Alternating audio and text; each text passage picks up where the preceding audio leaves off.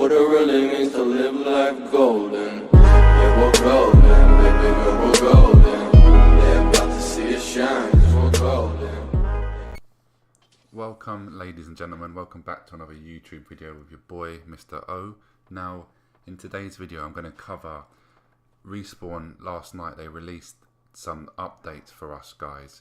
Ladies and gentlemen, they've released basically a balance patch. Now, everyone in the community so far in Apex Legends, but I think we can all agree, and I think we all did agree, that the Wingman was very overpowered and very superior to the other weapons. Now, I know that there's obviously a power curve. That's the whole point of these weapons. You have, you know, the lower tier weapons like the P2020 and the lovely Mozambique, the best shotgun in the game, to be honest.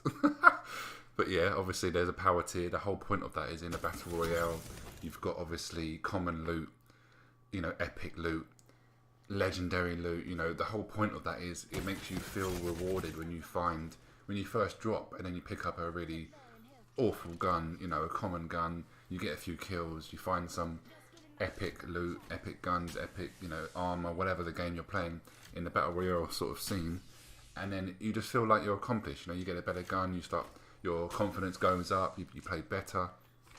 Now, that being said, the Wingman was out of hand. I'm not so sure on the console because I play on PC, but the Wingman was definitely out of hand. So this is the first adjustments that they've made, which is brilliant. It's live on all platforms.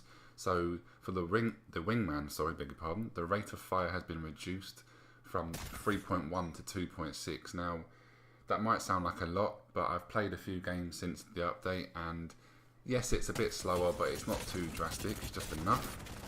This skull piercer headshot damage multiplier. This is, you know, they haven't really reduced it that much, but it's gone from 2.5 down to 2.25. You know, it is what it is. You know, the Wingman with the skull piercer is still dangerous as hell. But this is the best thing that I'm happy with.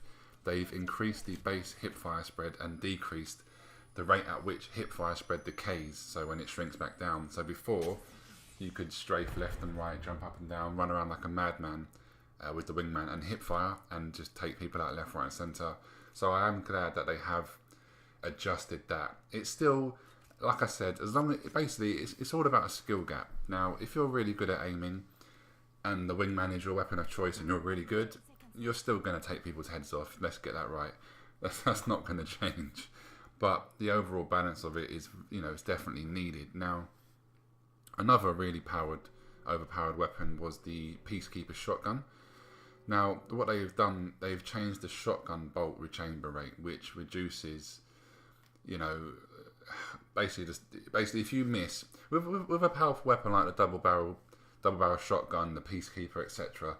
The whole point of that is they're slow. You're meant to be able to fire off dangerously, you know, high damage shots, but if you miss, the whole point is that's a window of opportunity for the person against you to finish you off. So level 1 has gone from 10% to 7.5, level 2 from 20% to 13, and then level 3 from 25 to 16, which I think is perfect. It's still very dangerous. If you can hit those headshots and you don't miss, you're still going to take people's heads off with the Peacekeeper. But bear in mind now, if you miss, you've got that there's a big window where you're going to be exposed. So bear that in mind if you're going to pick up the Peacekeeper going forward.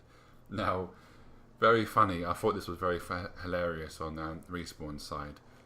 They've put a question on here saying, why is there no P2020 or Mozambique buffs? And the first answer, should I say, that they put out there was, we love everyone's Mozambique memes, so we're hesitant to lose that, which is hilarious. But basically what they were hinting at is what I touched on earlier. The whole point is they want a power curve. They don't want every weapon to be on the same level, because then what's the point in that? If you pick up a Mozambique and you can take people's heads off as easy as you can with a Peacekeeper or an Eva 8, what is the point? There's no balance. Why have different weapons? You might as well just have one shotgun, one AR, you know, one sniper. So that's the whole point of it, guys. They're not going to touch that, and I don't think they should. I think it's fun, you know. If you pick up a P2020 and you start getting some kills, you pick up a Mozambique, you start clearing people out, it makes the game fun. It's a challenge. Now, they've also actually addressed the hitbox that everyone in the industry has been moaning about and in the community.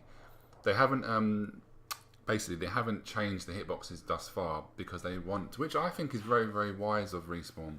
They're not chucking out. They don't want to chuck out patches every single week, every other week. What they've said is their approach to doing this is they're testing and testing and testing, and when they feel happy, that's when they're releasing it out to us, which is great.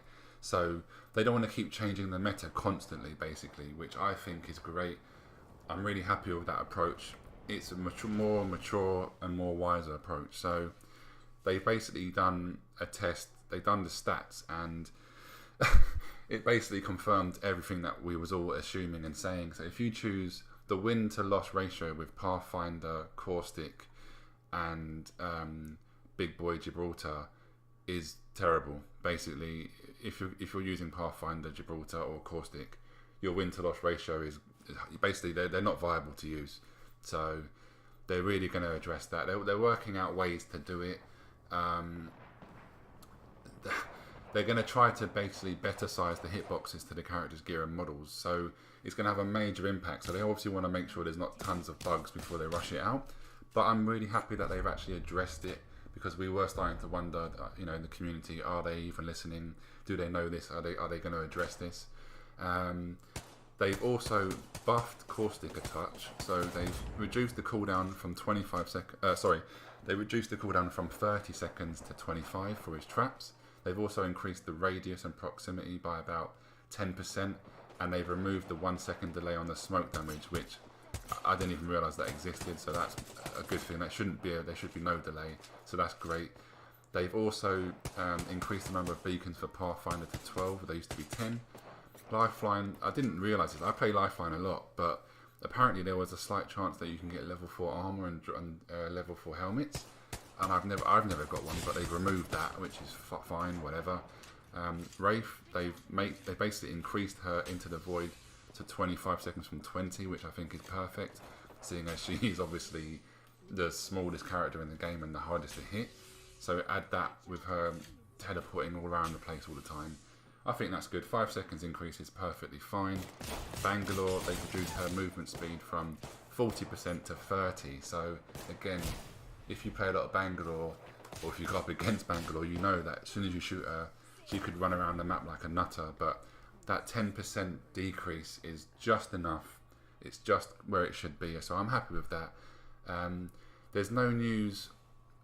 There's no official news on the Battle Pass, but there's rumours and there's leaks going around that it's going to be Tuesday the 12th. So fingers crossed, guys. I'm really excited. I hope it does drop then. And if you've stayed this long, I really do hope you enjoyed the video. If you did, please give the video a big thumbs up. If you're new, subscribe to the channel. Leave a comment down below. Let me know if you're still as excited as I am about Apex Legends. I don't think I've touched any of my other games since picking this one up. But that's okay, guys. I love it. And that's why I'm covering the game a lot on the channel now. And I'm going to be doing more streams coming soon on the YouTube channel and also on my Mixer channel. Link will be in the description. I'll also leave the patch notes, the link to that in the description down below if you want to have a full read of it. So anyway, guys, take care, stay safe, keep gaming, guys, and I'll catch you very, very soon. Peace. Reloaded. 45 seconds, rings just up ahead.